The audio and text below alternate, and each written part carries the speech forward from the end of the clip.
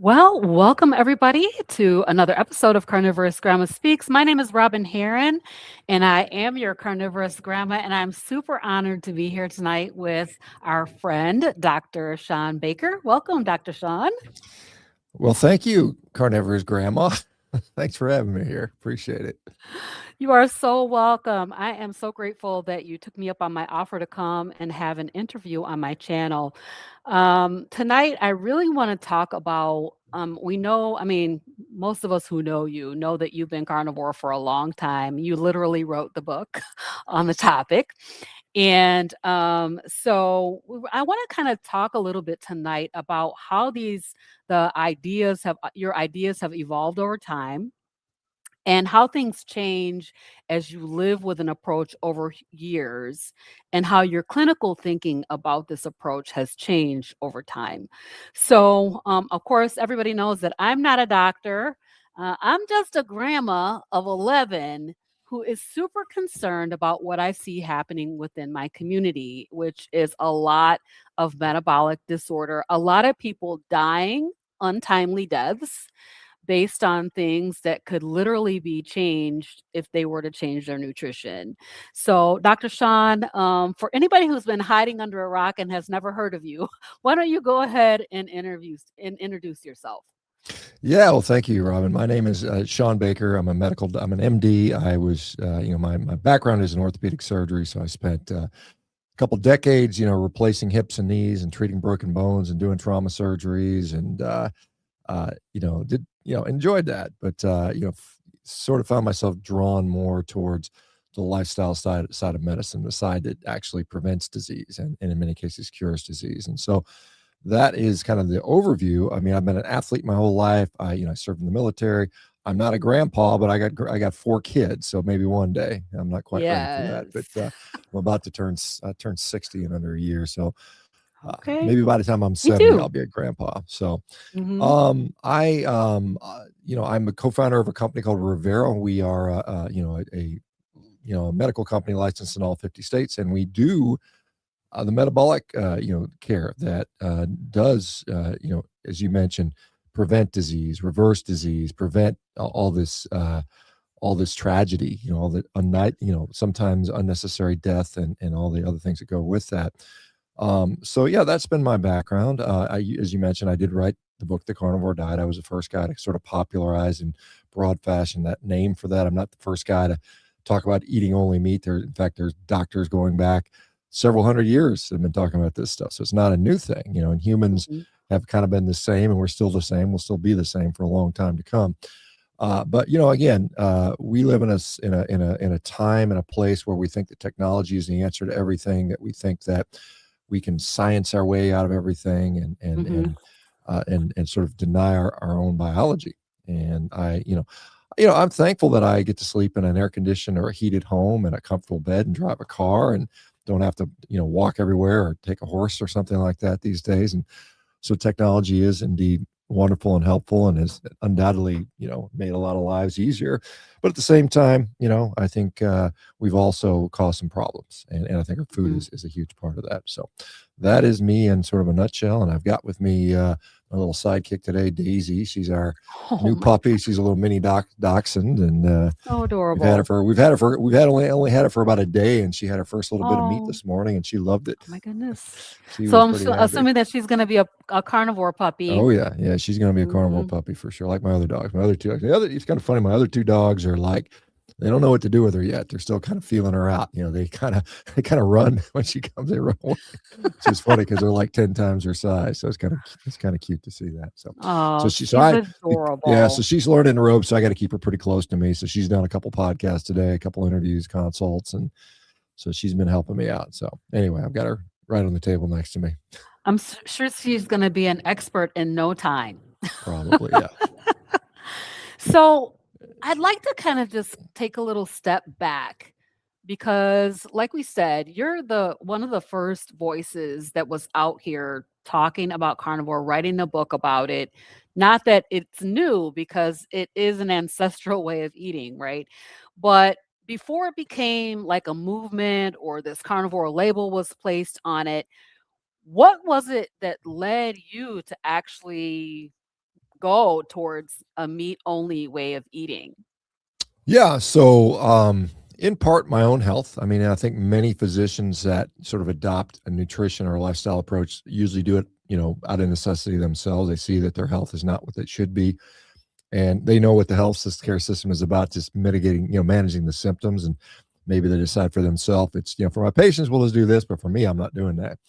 It's interesting. If you That's poll like interesting. orthopedic surgeons on whether or not they would have a knee replacement, many of them would say no, even they recommend Hmm, it to their patients all the time.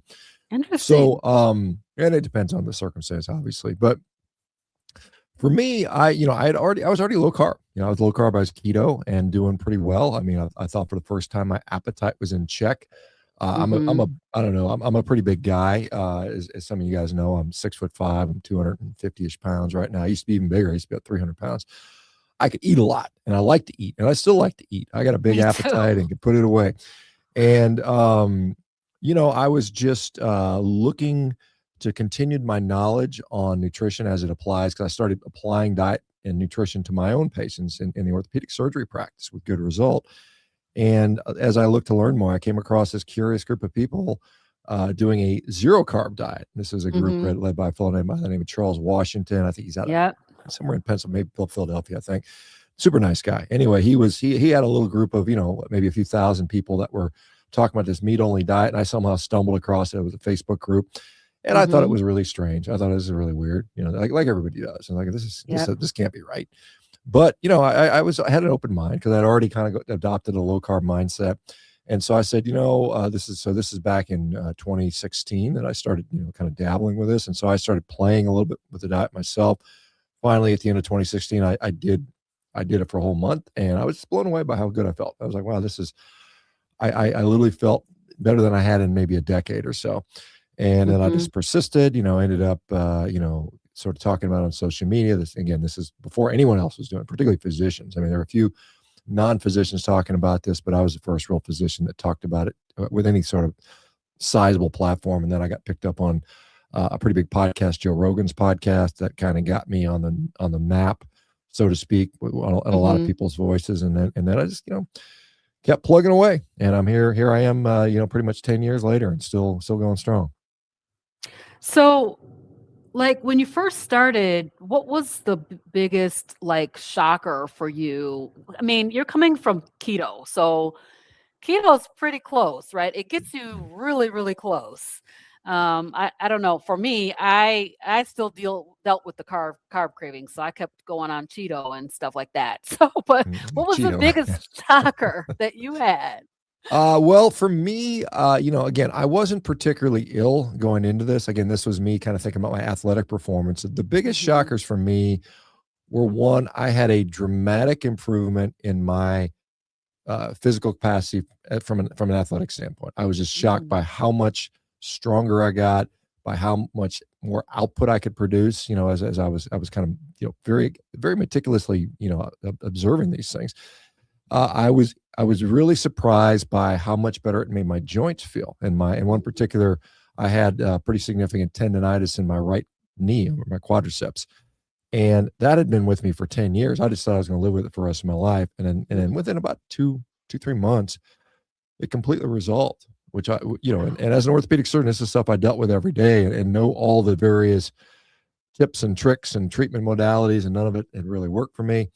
So that was pretty cool. And then the other thing that was really interesting for me was my digestion. As I mentioned, Mhm. on keto, my appetite was pretty much in check. I felt pretty satiated, but I still could feel like, when I was eating all the salads and all the spinach and all the, nuts and berries and things like that, my Mhm. gut was always just kind of a little bit like, in retrospect, probably a little inflamed and a little bit bloated. That went away completely. It was like going from driving a beat up Chevy Pinto to a luxury, German Mercedes. There's just no Wow. noise. It was just like it was like smooth. It was like I didn't even notice I was digesting anything, and that was on basically a meat only diet. And so for me, that was the most. Those were the things that happened to me personally. Now, on a physician scale, I mean, I've seen so many things that have just been incredibly, just mind-blowingly interesting about how other people have healed, because I deal with these folks on a daily basis, and I've directly dealt with thousands of people, and Mhm. indirectly probably have been, sort of part of the process for, gosh, I don't even know how many more, hundreds of thousands, if not millions at this point. Wow. Amazing, amazing. I think that that is really the thing, right? Is that most people who try this for any length of time see some profound differences. I'll tell you that for me, I guess the first thing, and I didn't even realize this was happening, was my seasonal allergies went away. Like, and I was so allergic to everything. Every single season, I was allergic to stuff, and, that for I started in February, and then this is gonna be my 3rd carniversary in February, and that spring, I didn't have any allergies. I didn't need to take any. Oh, our baby's crying. Yeah, she wants to be Yeah. held. So, but yeah, Yes. the allergies went away. That's pretty cool. Yeah, I've Yeah, seen that they a went lot of times as away. well. Yeah. Yeah, so yeah, and I guess the one thing that I was thinking about when you said about a physical capacity, I was thinking about how a lot of times athletes will do this carb loading, like load up on carbs to get that physical, intensity. And so I think we were talking about this last night, how carnivore really, like, you don't need to do that carb loading to get the physical energy that you need. Yeah, that a lot of people that are advocates of carbohydrates, and I think they're conditionally beneficial. I'm not here to universally say that carbs are poisoning everybody and things like that, but I think for certain people, it absolutely makes sense to reduce or eliminate them for either short term or long term, depending on what your goals and what your preferences are. But we Mhm. are starting to realize that the concept of carb loading for glycogen, which is what we think, glycogen is stored in the liver and in our muscles primarily. And the Mhm. thought is if we fill our muscles up with glycogen, we'll perform better. And what it turns out, and this is from data from like back in 1967 when they did some studies up in Scandinavia about this stuff, they saw that carbs were leading to improved glycogen storage, and then performance was also improved in those cases. But the reality is, it seems to be more related to blood glucose levels. And so, if you have filled up muscle and liver glycogen, your blood glucose levels might stay uh, uh, elevated longer, and that seems to be the performance advantage because what it does is when our brain senses our blood glucose level, if it sees a drop, then it shuts the body down to protect Mhm. ourselves. There's this so-called central governor theory, which has been proposed by Professor Tim Noakes. Mhm. And that seems to hold up in many cases. And for most sporting activities, most gym going activities that probably 99.99% of the people will do, um, the carbs are not necessary. I mean, they are. A lot of people like the way they taste. They're convenient. They're quick. They're cheap. Yes. They have a predictable glucose response, but they're not Mhm. necessary for most people. Now, there's probably a subset of athletes where it is an advantage. These might be long distance endurance athletes at the highest levels. It might be people doing repeated uh, events throughout the day, maybe like a CrossFit athlete who's doing 2 or 3 Mm. workouts a day, or Mhm. people engaged in really intense exercise greater than an hour.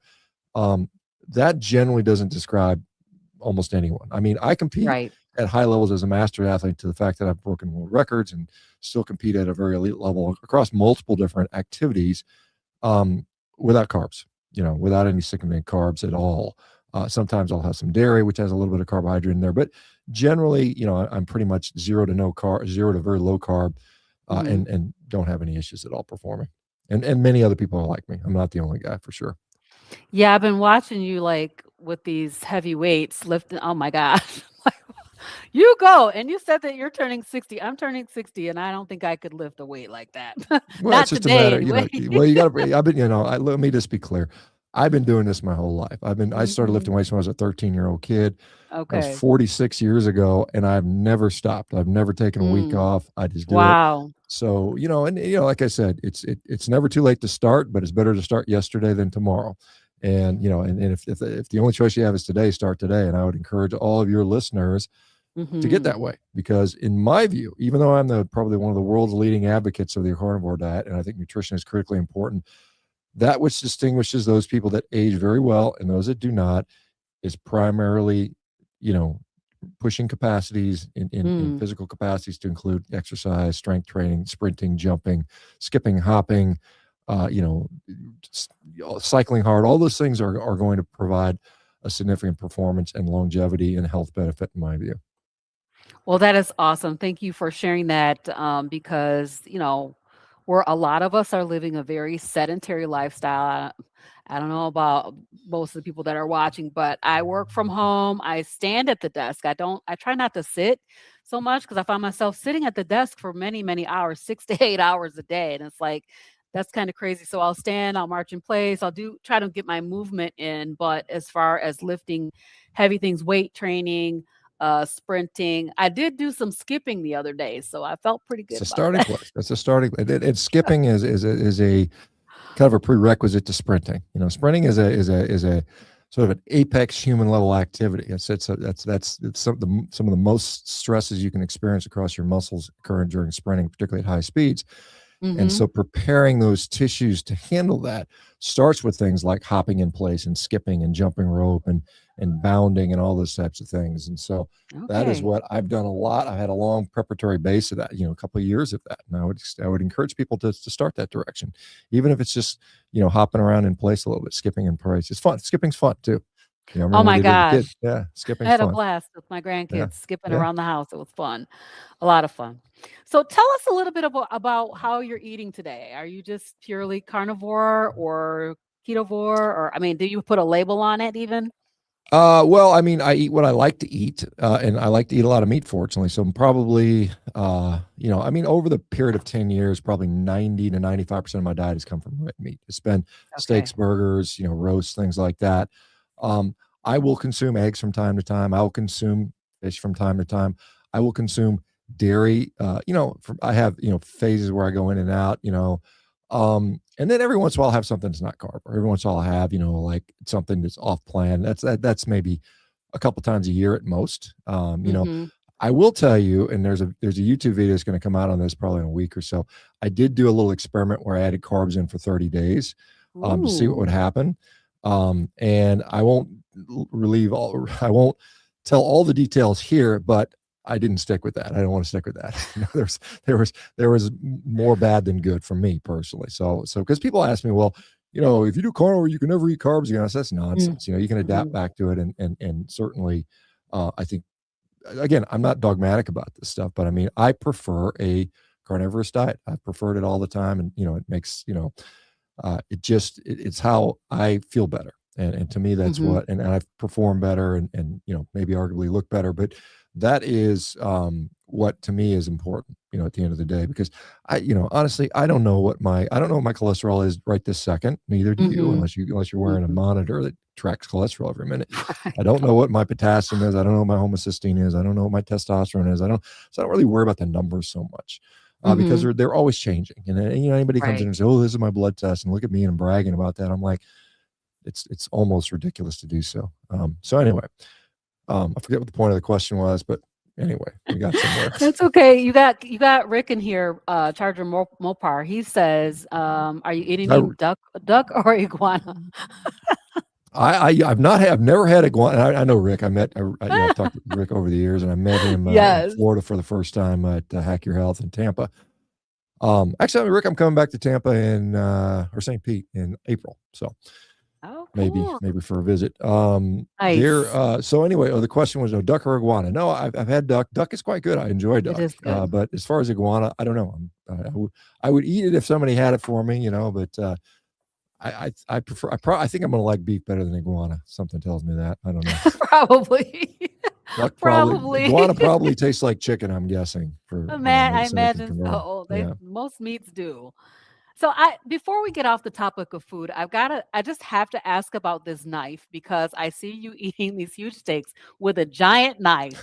And I want to I want to know if you can tell us a little bit about the knife that you're using to cut your Well, I've steak. actually got several knives. I've got, several of them. You know, at first, I don't know why I got a big knife. I think I was trying to cut up some big piece of steak, and I wanted a decent knife for that.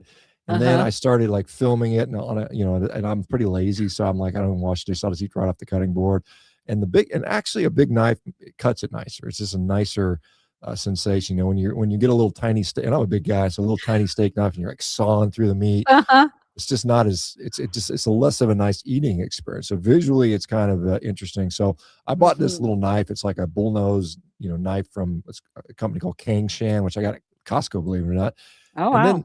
then from that time, a number of people sent me knives just as kind of speak, like I go to speak at a conference, somebody gets me a knife. And so I've got a bunch of knives from that. So I've got, various, some of them are just custom made knives. Some of them are, I can't remember. Some of them were, I bought one from like Dallas Strong, this sort of called the Shadow Black series, like a pure black Mm. knife. And it looks pretty cool. It's pretty Mhm. thick. Yeah, those are the knives. And, honestly, when I don't have my big knife, the steak doesn't taste as good. It's kind of funny. It's like it seems like the steaks will take better when you have it, because you can make this nice, if you keep them sharp, you can make this really nice smooth cut, and it just eats Mhm. better.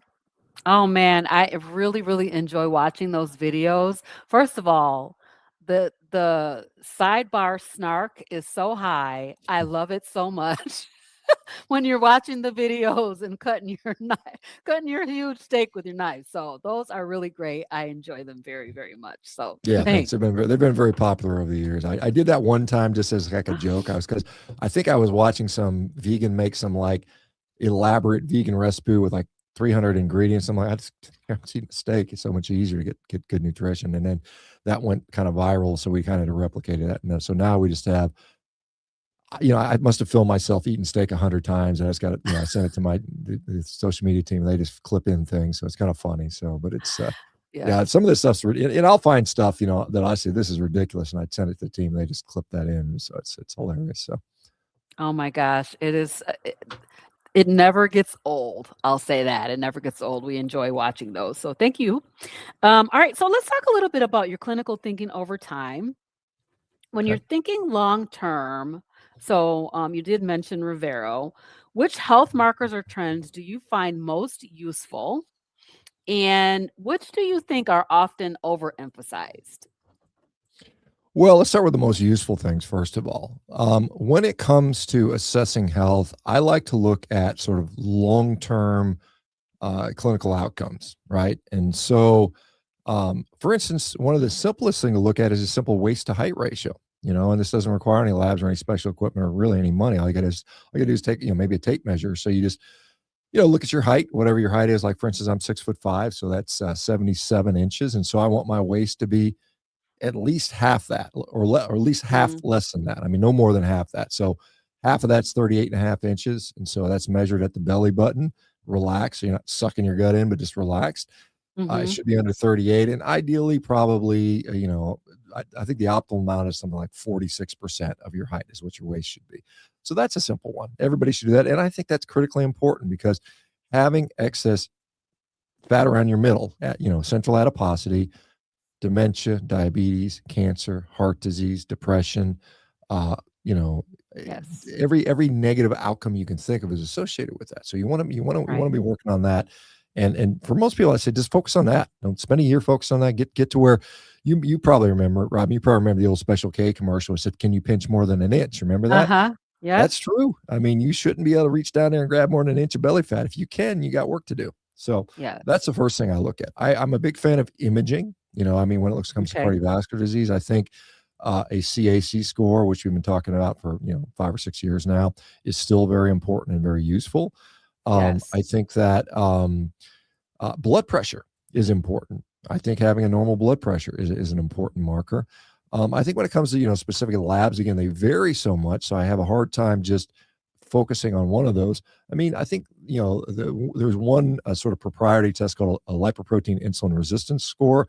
This is a test that LabCorp performs, and it Mhm. looks at it's like an advanced lipid panel, and it looks at that in the context of insulin resistance, and that seems to correlate pretty high with cardiovascular disease.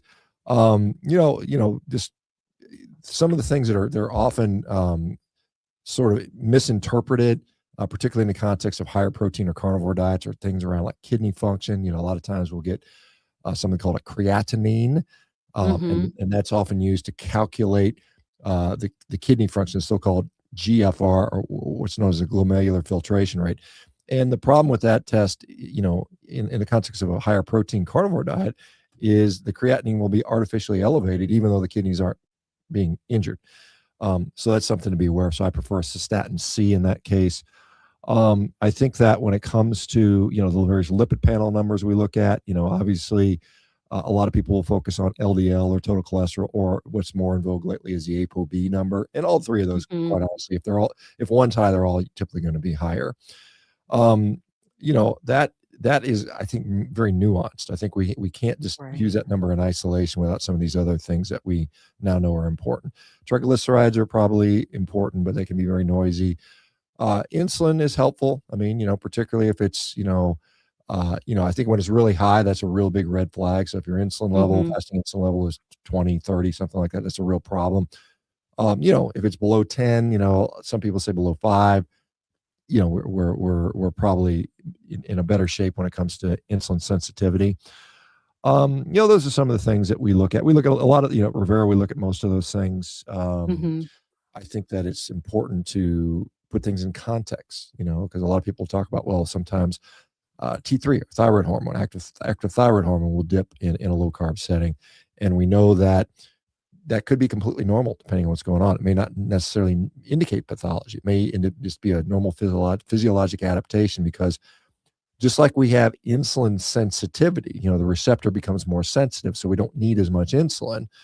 Right. We can become thyroid sensitive. We can become androgen or estrogen sensitive. So we don't need as much hormone to get the same number of job done. And if we don't Mhm. need as much hormone, the organs aren't under as much stress to produce those hormones. And so I think that's something that it's kind of an evolving concept that many people still don't know. Even physicians don't seem to get this, and that's something to be aware of and put things in context. That's why I like to look at the whole person and see how they're doing, seeing if things are functioning. Just because I get labs sent to me all the time, some numbers are out of range, and Mhm. they want me to know what to do, and I'm like, I don't know any information about you, so it's Right. almost impossible for me to make Yeah. a informed a decision on a lot of this stuff. Labs are really Right. helpful for, I think labs are helpful in sickness, for helping us to identify sickness and interact. But a lot of times when we are well and healthy and feeling good, the labs can be Mhm. sometimes misinterpreted.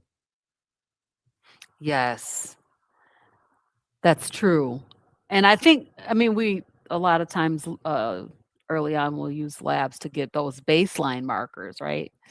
But I wanna just ask a question about this kidney thing because I have a number of people in my sphere that are dealing with kidney disease Hmm. and kidney transplants and things like that.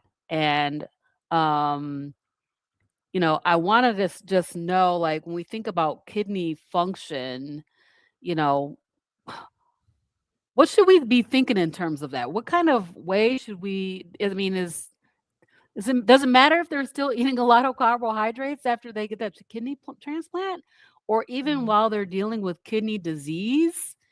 Or, I mean, I guess I'm curious to know what your take is on that because Sure. a lot of people are, getting really, really sick with kidney disease and needing a transplant and getting a transplant. Well, I mean, arguably the number one cause of kidney failure in this country and much of the Western world is related to diabetic disease. This is what all these dialysis centers are set up, and there's a lot of diabetics in there. Mhm. And kidney health, in large part, and for most of the situation, most patients is tightly correlated to their overall metabolic health. And so if they are, somebody's in there drinking Coca-Colas and eating potato chips, and that's a lot of their dieting, all this ultra processed food.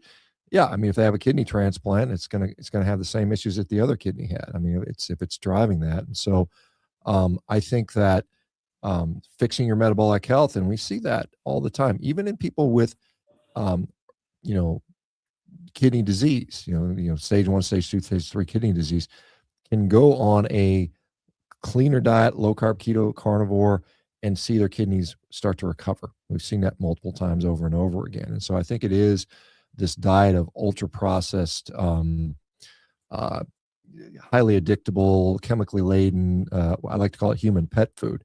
And as you Yeah. probably are aware, the new U.S. dietary guidelines seem to Yes.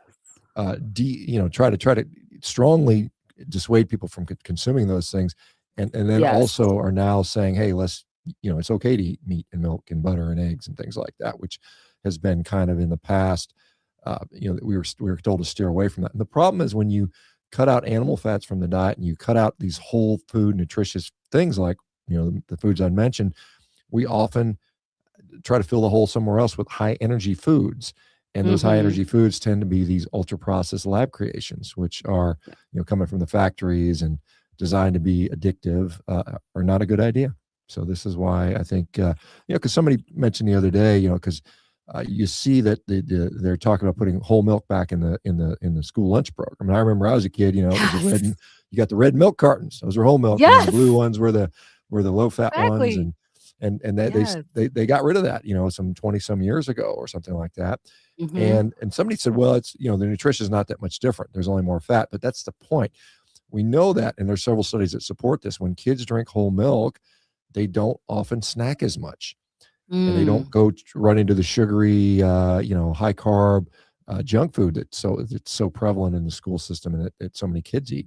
So it does have a, while the nutrition, again, and I think the fat is also a nutrient. We need calories, but we need to have calories that, impact us in a way as to not lead to more hunger. We know that carbs are the least satiating macronutrient. So when we Yes. eat carbs, it's easier to continue to eat them. Everybody knows they got that second dessert stomach, right? Oh, I'm full. I can't have another bite. Hey, you want some of this peach pie? Oh, yeah. Yes. Yes. It's always funny how Absolutely. that works, right? Yeah, that is so true. And since you touched on the new food guidelines, I'm just curious to know what your take is on the guidelines themselves. Like, what do you think about it? Yeah, so it's interesting, and the most probably controversial part in the low carb sphere is that they left a 10% saturated fat cap on there.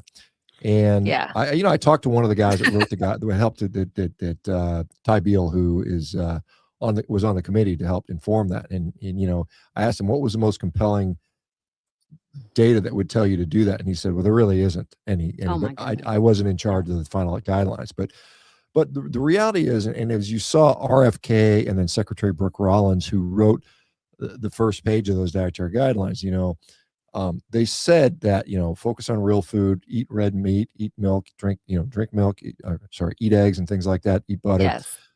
That was put out, and that's a consumer document. That's what they're telling you and I to do, because it's not impacted by policy. There's no policy telling me what I can buy at the grocery store. At least, knock on wood, hopefully there'll never be. I can buy whatever I want.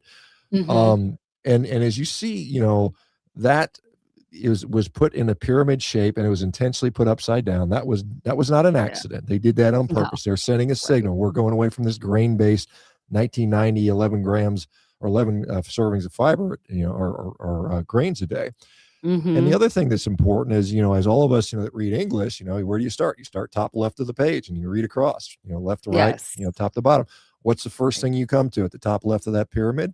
Big old steak. It's not just any steak, it's a ribeye steak. Ribeye. Yeah. And it wasn't Yes. done intentionally. I mean, it wasn't done accidentally. It was intentionally. Mhm. Put a ribeye steak as the first food you see. That I think, and Bobby Kennedy has said many times, I eat a carnivore diet, or mostly a carnivore diet. And I think that's intentional. That's the signal to the consumers. Now, on the policy side, what they feed kids in school, what they feed our military, what they feed, hospital guidelines and so on and so forth, they have these other things. And so I think, um, you know, I think, and this is what I've said all along, this so-called Make America Healthy Again movement only works if Americans want to go there. And we are Mhm. the ones that are going to determine that. You and I and our families, people we love, this Yes.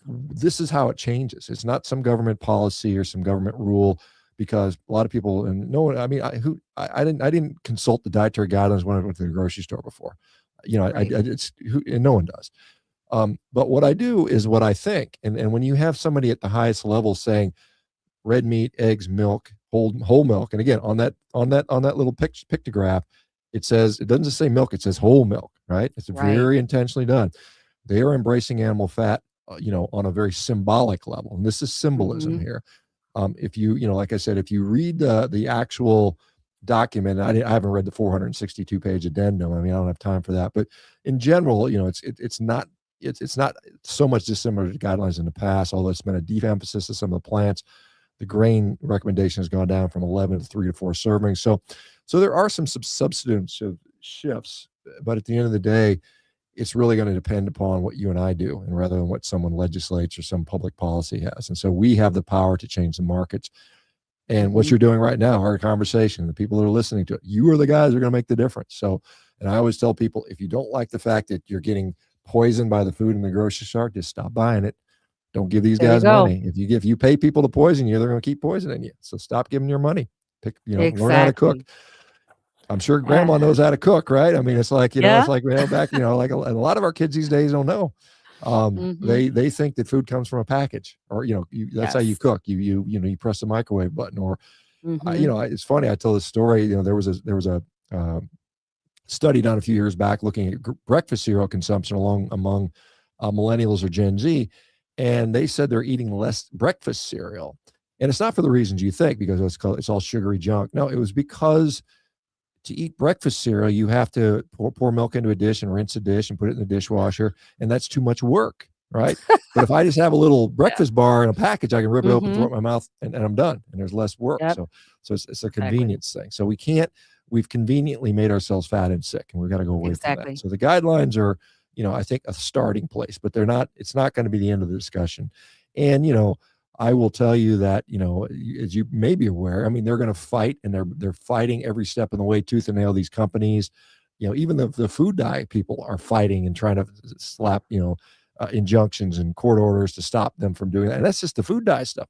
Wait do you see if they try to get rid of high fructose corn syrup or Oh my drugs gosh. on TV? I mean, there would be multi billion dollar lawsuits, and it's tied up in the court. So again, it's up to us. We got to do it ourselves. Right. Daisy doesn't get a choice of what she gets to eat because I feed her and she's getting meat, but the rest of us get to pick, and we pick for our families, and we need to make the right decisions. Absolutely. Well, thank you for sharing that. I think that I agree with you 100%. I think that is a great step in the right direction. Particularly, I did notice in the food guidance that it said that sugar, any added sugar, is not recommended for children. Hmm. And, it shouldn't be recommended for any of us, but I think that that's really, really great if we can remove, all this candy and just, we want, here's the thing, we want our kids to be at their best, but what we're giving them doesn't allow them to be their best. So I really was happy to see that, but that 10% fat cap that threw me off a little bit. Yeah, that's true. And you're absolutely right. I mean, I mean, people think, well, if I just give my kids some chocolate chip cookies, or bake them a pie, or give them buy some candy at the store, they're going to love me more. I'm the good guy. And then the reality is, yeah, they may say, "Hey, mom, we love you, thank you," or something like that. But the end of the day is making them sick, and potentially leading them to have mental health disorders, or, God Mhm. forbid, obesity or diabetes later on Right. in life, is not love. I mean, that's the opposite of that. You're actually harming the kids. And so teaching the kids that, nutrition impacts the health is probably the more loving thing to do. And Yes. I think it's the easy way. The lazy way is to just give the kids what they're crying for in the store. And we got to get the candy out of schools. It's frustrating when you go into a classroom and the teacher's handing out candy for good behavior. Oh, Yes. okay. Oh, it's good. You raised your hand. Here's a lollipop. It's like Exactly. that's and then, that was I don't know when some schools have gotten better about that, but that's Mhm. still the thing. The thought is I get a treat. I get a sugary treat for a certain behavior, and Yes. that's really not a good message to send people, because then people they co-opt it themselves, and then if they feel like they've been good, they reward themselves. I deserve, and Yep. see the commercials. Don't you deserve? You deserve the best. Have a a big old box of chocolate or something like that. Yep. And the reality is, if I deserve the best, I deserve not to be sick. You know, Exactly. so that's the Yep. way we got to think about it. I love that. I like, my philosophy is I do not deserve all the things that I gave myself by being on Cheeto all those years and struggling, So yeah, it was really, really difficult. So I want to just kind of talk a little bit about the difference between, just starting on a ketogenic lifestyle, or even if it's primarily meat-based or if it's a keto or, low carb way of eating and as a therapeutic intervention as versus a long-term lifestyle. Is there any difference there? Well, there can be certainly. And again, this is something I see with our patients at Rivero. Some of them need to be very strict. They have very tight parameters that need to be, and other people, depending on what they're trying to deal with, don't quite need as much rigidity. And I think that that's true. And I think people that actually heal themselves may find that they have a little bit more wiggle room. I mean, I don't expect people to eat a strict red meat, salt, water diet for the rest of their life with no exceptions ever. I mean, that's not realistic. I don't think that happens. I think there's very few people that actually can maintain that over the long haul, including myself. And I've done it for years. But every once in a while, I will have something that is, not that. And even Mhm. though most, like I said, 98% of my diet has been fully carnivorous. So I think that there's something, and again, I'm not religious about it. I'm not dogmatic about it. I think, at the end of the day, I want to see healthy people, whatever that means for them. And my expertise is in these low carb, keto, and carnivore diets mostly, and particularly the carnivore diet. And so I use that as a tool. And certainly, I've seen people overcome, just all kinds of tremendous struggles with diet that way, cure all kinds of diseases, put them in remission, whatever you want to use Mhm. for terminology. And then I see people that prefer to and successfully incorporate some other foods back in there. I have no problem with that. I think that's fine. I'm not going to kick Yeah. them out the club or, talk bad about people like that. It's the one thing that frustrates me is sometimes people will, transition from carnivore and then start saying, oh, carnivore is not appropriate or something like that when that's what they use themselves to get healthy. Mhm. And like I said, I'm interested in getting sick people healthy. I'm not so concerned about healthy people maintaining, that's if you want to, if you want to get a tattoo and, tattoo yourself, put carnivore on your arm or, whatever, that's up to you. That's fine. You do whatever you want. Right. And, Right. like I said, and I mean, it's important to be part of a community. And I think Mhm. that that's very helpful. We know that being in a supportive environment um, tends to improve outcomes. So yeah, I mean, you can join your group, join your tribe, join your family, whatever it is, and have fun with that. And if that's what you need and that works for you, I'm fully supportive of that as well. Again, at the end of the day, like I said, we live in a time, in a place, in a society where so many people are suffering and sick, both physically and mentally. That's just not good for society. That leads to strife, friction, anxiety, aggression, violence, all the Mhm. stuff we could do without. I mean, life's better when everybody's happy and smiling, high fives and, Exactly.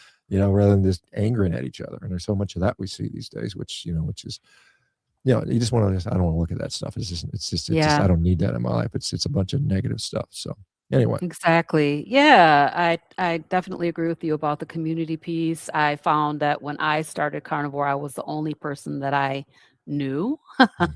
that was doing it, and I think that was common about 3 years ago. I mean, there's been this explosion lately over the last few years, but so that's pretty much why. I mean, I that's why I started doing YouTube because I'm like, And to find somebody. Yeah. yeah. And so that community piece is a huge, huge factor. I want to ask this question because I find this that when I have tried to incorporate certain plants back into my way of eating, I have discovered that those, and even dairy too, I can't really tolerate too much dairy. Um, that those were the things that were causing my problems. So I had really, really bad eczema.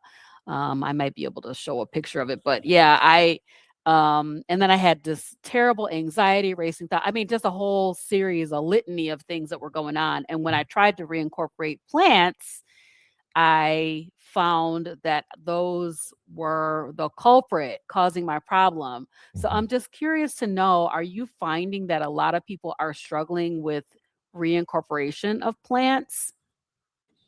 Well, yeah, it depends on what it is, but yeah, for sure. I mean, I know this goes against the sort of the mainstream dietary belief system that for Mhm. some people, certain fruits, certain vegetables, certain grains are just not good for them, and Yeah. I think we have to accept that.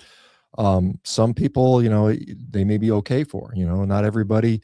thrives on broccoli. Not everybody thrives on, strawberries and blueberries, even though some people enjoy them and say they're whole foods. And I mean, because I see everyday people that are on whole food diets, and when they give up the plant food, the vegetables, the fruits, their health gets better. I mean, Mm, it's just undeniable at this point. I've seen it right. over and over again times 1,000, and Mhm. so we have to realize that there's something there. Now, some people, gain or regain or lose the capacity for these things. I've seen people where, like some people have had dairy intolerances or egg intolerances, and those get better as their gut improves. Mm, So mhm. I think that, I think this is a kind of a malleable thing. I mean, it's subject to change over time. So it's like, I think, again, when we talk about how long does it take to heal a gut that's damaged, for some Mhm. people it's a few weeks, for some people it's, a year or more. It just depends on who it is and what they're dealing with and how badly they're damaged. So, speaking about the gut and when we think about gut health, can you just kinda give us a little bit idea what you're talking about? Are you talking about microbiome? Are you talking about, like, leaky gut, Yeah. or those kinds of things? Well, I mean, I think gut health is incorporates a number of things. I mean, Mhm. the microbiome we call, dysbiosis would be, a sort of a pathologic microbiome. We have, the gut permeability is, our gut has to be permeable, otherwise we would starve to death. We got to get something. We got to get food from the gut into the bloodstream, so it has to be Mhm. permeable. But that Right. permeability can become hyperpermeable, and you have this so-called leaky gut syndrome, where now things that aren't supposed to be getting through the filter get through. Um, but we have also other issues with gut motility being a problem, how well the gut contracts to move food along. There's a problem with acid production. There's a problem with enzyme production. There's problems with absorption. So there's a whole host of things that have to be, um, working for us to have good health. And I think diet impacts all of them, and a lot of and many other lifestyle things impact it as well. But again, generally, because we're told over and over again that fiber is critical or essential for good gut health. And yet, Mhm. I see all the time people that remove the fiber from their diet when they eat a carnivore diet see that their gut function improves. The pain goes away, the Yes. bloat goes away. If they have things Mhm. like ulcerative colitis or Crohn's disease, the bleeding goes away. So you can't deny that. I mean, when you talk about what's good health, and I need people that define good health, gut health, as strictly some magic, bacterial population. You got to have X amount of, Bacteroides and Firmicutes, and there's got to be these ratios. I think that's a Yeah. little bit of putting the cart before the horse. And I think some people said it best, healthy people have healthy gut microbiomes, whatever that may be. And it could be different. It Okay. could vary from person to person. And to sit there and prescribe that, if you do a biopsy of someone, look at someone's poop and say, I can tell if you're healthy or not based on your poop. I think that's a little bit, presumptive, because there can be Okay. people that are very healthy with maybe a different makeup, depending Mhm. on a whole bunch of variables. And they've had some. There was a study done about a year ago looking at carnivorous microbiomes, and they saw the carnivorous microbiome, when you compare it to standard references, was right at the top of goodness. Oh, So wow. it doesn't show some, like, for, again, this is at least a couple examples. I can't speak for every single person, but I don't see any evidence, other than theoretical, that a carnivore is going to give you a dysbiotic gut. Interesting. I'm curious to know whether or not you think there's any supplementation that is needed for, for healthy gut microbiome. I guess it depends on the diet you're consuming. I This mean, is the thing. I'm talking about carnivores. On carnivore, for most Yeah. people, probably not. I mean, I know there's a push for some people to eat like a lot of fermented products, like fermented Mhm. dairy, fermented vegetables, it's kimchi, sauerkraut, or kefirs or yogurts and things like that. And I think, honestly, one of the problems we have, a lot of people have a problem with fermentation occurring in their gut. And so we Mhm. see, like if you're eating raw vegetables, or even cooked vegetables, and they start fermenting in your gut, you get this discomfort, this bloating and pain. So if you ferment them ahead of time, that tends not to hurt. So it doesn't hurt as much. And so people maybe misconstrue that as, oh, now my gut is not as painful, so that must be healthy food for me. When I think the Oh, reality is, just eliminating the fermentation process is probably less symptom causing. And so I don't necessarily think so. Although, again, I'm not here to say I never tend to speak in absolutes. there's probably Mhm. some people for, these things, adding these things that maybe have some benefit. And I, try it, see how it goes. It's like, how did it work out for you? Like old Dr. Phil says, well, how's that working out for you?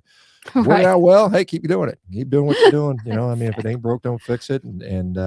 But don't be afraid to experiment. I mean, I think within reason. I mean, I don't think anybody has I don't think there's anybody would promote this, but like we have a deficiency of eating Doritos and Right.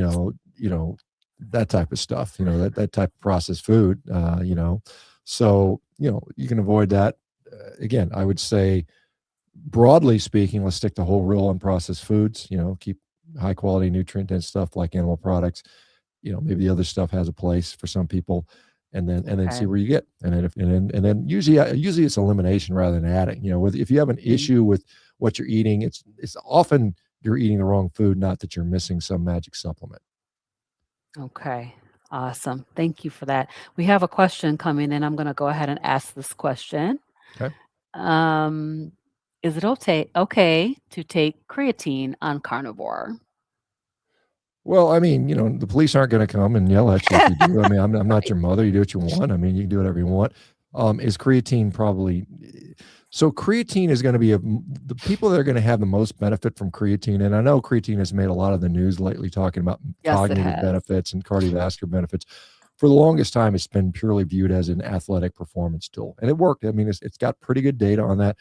And as you guys are probably aware, creatine comes from animal foods. Particularly red meat is high in creatine. So this is a supplement derived from animal foods, which works Mm, well. So people that are creatine deficient tend to benefit significantly. And so when we see these older folks, these demented people that they're doing these studies on and saying, oh, look, if we mm, give them 20 grams of creatine a day, their cognition improves because they've mm. probably spent their whole life eating a low fat diet, avoiding red meat, listening to their doctors, and now they're demented.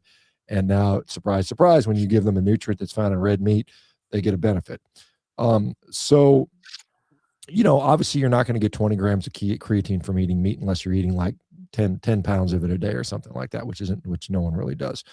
Um, However, creatine has a sort of a saturation effect, that we get the storage capacity. And I think if you're eating red meat every day for years and years and years, you're not low on creatine. It's probably Okay. unlikely that creatine supplementation is going to provide any significant benefit. Now, if you're on a vegan diet, a vegetarian diet, you haven't eaten red meat in years, by all means, load up on creatine. But I think in the context of a carnivore diet, it's probably likely to have minimal impact. So I would save my money. Again, I could be wrong. Maybe you'll take it and your brain will turn on and you'll start lifting double the amount of weight in your gym, but probably not. I don't personally take creatine. I've taken it in the past years ago, Mhm. back in the day, because I know it's a pretty good supplement. But I think, for most people on a carnivore diet, the benefits are going to be probably fairly mild.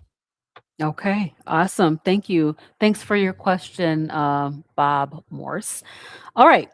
So I want to kind of talk about maybe a little bit of the pros and cons sort of thing. What are the strongest legitimate critiques of carnivore that you think deserve more attention? Well, I mean, the strongest like critiques that actually bear out over time are that sustainability. There's Mm. not a lot of people that stay on it long term. I mean, there are like Charger Mopar Rick has been doing it for 40 some years, so Yeah. he'd be Right. one of the few in the case. And I mean, in myself, I've been doing it. Like I said, almost 10 years. Again, with the Hmm. caveats, occasionally I'll stray from that, but not very often. I think that's probably the most legitimate criticism that people don't do it. But I will say that most people that go carnivore continue to eat a very meat heavy diet. I mean, they kind of Hmm. discover that this is a real nutritious food. It's been wrongly demonized. They learn to love it. They learn to realize how beneficial it is. So, I mean, I think that's a valid criticism that, just like any diet, no one's going to stick to a strict diet for 30, 40, 50 years with rare exception, Rick being the exception in our group right now. Yes. Right. There are, obviously the criticism that it will raise your cholesterol. I think it's a valid criticism. I think a lot of people on going carnivore, Mm. they see their cholesterol rise.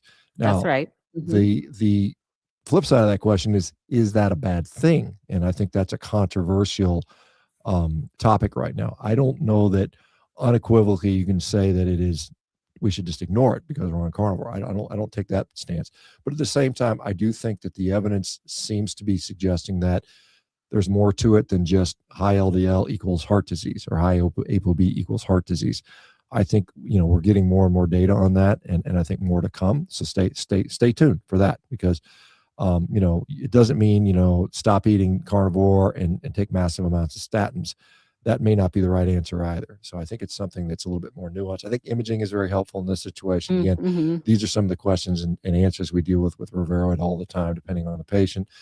I think, one of the recent ones I hear a lot about is this concept of insulin suppression or raising, increased glucose on carnivore. And I do think that some people do experience that. I think it depends on their situation, their insulin sensitivity, what's going on. I think that,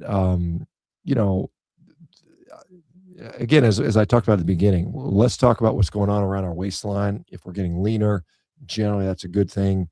Mm-hmm. If your blood glucose drifts up a little bit, I'm not convinced that that's necessarily negative. For a lot of cases, there can be some normal physiological adaptations that occur to this. We don't have data. Again, we don't have long-term data. I can point to data from the 1920s when they were looking at some of the indigenous folks in Alaska, a lot of the Inuit, and they found that a lot of those guys had high fasting blood glucose, but they seemed to be very healthy. They didn't have diabetes. They didn't have any of the known consequences of diabetes back in the day. And again, this is Mm-hmm. 1920s, 1930s.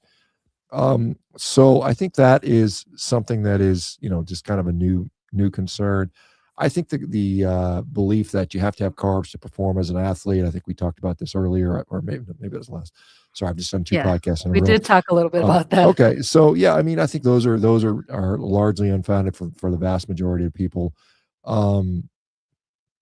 The concerns, obviously we just talked about cholesterol. The concerns Mm-hmm. around thyroid suppression is another one that, again, it's context dependent. I think most people, maybe they see their T3 go down, but they don't have any clinical signs of hypothyroidism. I think the biggest thing to realize is labs on carnivore are not necessarily going to line up with what an omnivorous lab set would look like, and it may not be a Yes. bad thing. So we have to have educated clinicians that Mm-hmm. understand this and know how to interpret this data and know how to put it in perspective.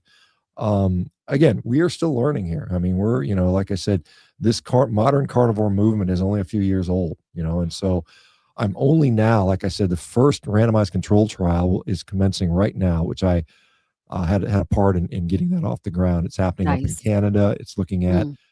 patients. It's comparing people that are on a um, I'll call it carnivorous diet, because they allow for a small amount of non-carnivore food, because that's what the IRB would accept. We couldn't get a Mm-hmm. full study through there that somebody would be willing to pay for, and we were able to raise $1 million for it. So Wow, that that's great. hopefully that'll be underway and finished sometime within this year.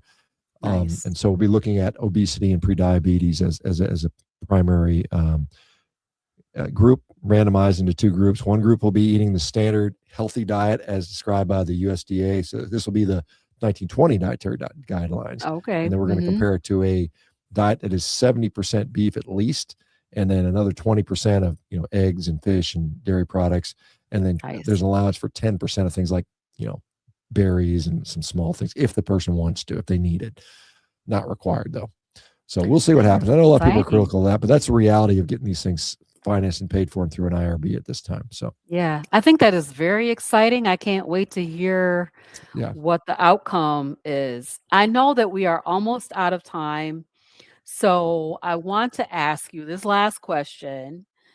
And my question is, so what question do you wish that more interviewers would ask you, but they rarely do? Oh my gosh. um wow. I mean, I guess because I've been doing carnivore for so long and I'm known as the carnivore guy, um I really, I've talked about that as more than probably just about anybody on planet Earth. So I can talk about that all day and all night, and I enjoy talking about it. But I do think there's a lot more to health than just what we eat. And Yeah. I'm a big exercise person. I love that stuff. I mean, I love Ah, talking about that. That's my favorite stuff to talk about. Quinine. I'd rather talk about that than carnivore diet, believe it or not. Even though I love talking about the wins and the successes and the wonderful health transformation. It's so rewarding. It's spiritually, it makes you feel so good as a person. But I'm really into like some of the performance stuff, and I think that's as I approach 60, as you said, you're soon, but you and I are both in that same category. Yeah. I think we're going to have a crop of 60, 70, and 80-year-olds like never before. People doing Mm, things that never were imaginable before. it's And we're already awesome. starting to see that, because if we look at, you know, when did people start exercising for the first time en masse, global populations? And it really didn't Mhm. start, at the very beginning of the 1970s, a little bit with the bodybuilding Mhm. movement, but really 80s and 90s when people started regularly going to the gym and working out. And just now those people are starting to get into their 70s and 80s. And we're seeing some incredible people in that age demographic that Wow. just blow what you think was possible. And I think it's only going to get better and better. And I think we are going to see some 100-year-old people that are jacked and tan and looking good and strong and fit and lean and performing well and moving well. And I think that's the exciting part of the future. But you got to do the preventive maintenance, and you got to stay after it. And so I hopefully some of your listeners will get that. It's more than just nutrition. Why do what would you imagine you'd like to? I mean, all of us like to be able to fly around. We fly like a bird. That'd be really cool. Exactly. It's like, what are Yeah, these that'd cool be things you cool. could do? But I mean, at the Mhm. very least, it's so fun. Like you said, skipping with your grandkids, being able to run and jump and play like you could when you were a kid, Mhm. or as close to that as you can get. Now, if all you can do is barely get up and on down off the couch, life's not that Mm. fun. And so we Right. do diet to improve some of the inflammation, maybe lose some weight, but then where do we evolve from there? And I think it's the sky's the limit for honestly most people. Most people can do a heck of a lot more than they think they can. Well, that is awesome. I'm gonna have to have you back now because we're gonna have to talk about movement and exercise Be happy to. Yeah, I've got like I said, performance. I've got another book coming out probably in the I don't know 6 months or something like that. So maybe that'll be a time because that'll be touched on in Yeah. that book. So Awesome. Well, Dr. Baker, thank you so much for being here with me today on Carnivorous Grandma Speaks, chatting with the doctors. If you could hang out for a second, we'll just touch base right afterwards. okay, We'll be back here next Saturday evening for Carnivorous Grandma Speaks, and we're going to just catch up and chat. I'm going to have a hop on, hop off. So come on over and come in and let's talk about how World Carnivore Month has been going for you. All right, you guys, we will see you next time. Bye, everybody. bye bye, guys.